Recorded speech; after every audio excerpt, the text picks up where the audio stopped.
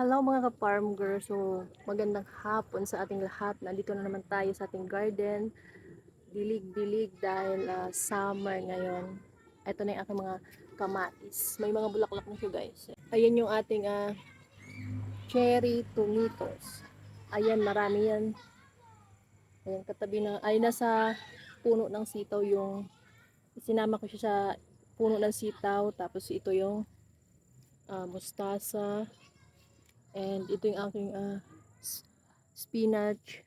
Malaki na pinabulaklak ko siya. Tapos ito yung mustasa. Ayan, ang dami na, diba? Syempre dito sa side ko merong mga bansot na pechay. Tapos sibuyas. Ayan. So, ayun si Mahal. Busy siya. Tapos ako ngayon magdidilig.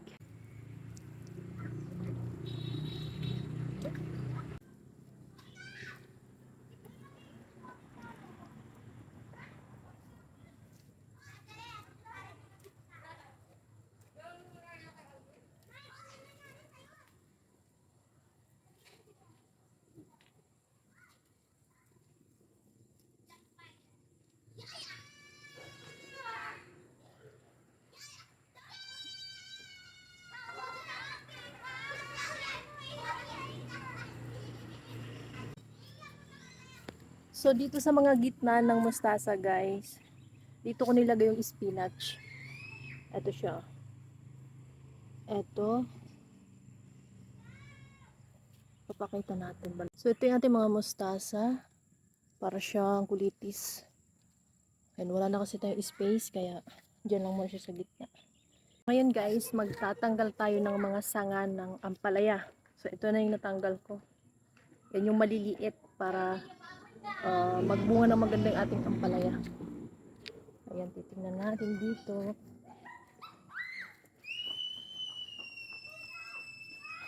So, ito yung sanga niya. Tatanggalin natin para bumunga siya ng maganda doon sa taas. Ayun, may bunga na sa taas. Ito pa siya, oh. Ayan, oh. Diyan kasi pupunta yung, yung itataba ng ampalaya. Then, nakita nyo to guys, napaka bansot niya. Ayan, oh. Ito yan ang sanga niya, no. Gugupitin natin para may pang-ulam tayo. Maganda kasi ang pagkakapit niya, eh, oh. Ayun. Grabe makakapit, oh. Yan. Ugot. Oh, ganda. Bansot na yan, yun, diba? Yung dulo, oh, bansot na malilit na dahon. Eto pa siya, guys, oh. Ayan. Ayan. Sanga yan. Look at this, oh. Oh. Eto. First sanga, pangalawang sanga to. So, kailangan natin ito tanggalin. Gupitin natin. Busilahin natin. Oh, nakakapit na siya, oh. Yan. Oh, haba. Ito naman yung ating native na ampalaya. Tanggalan din natin ito. Ayan, oh. Ayan, ang native ampalaya.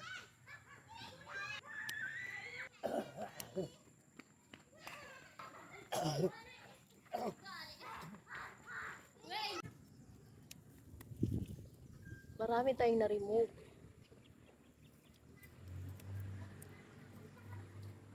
Oh, see? Panggulay. At habang busy din si Mahal sa kanyang pagtutusok, ako naman ay busy din sa pagtitingin ng aking bulaklak ng aking melon pears fruit.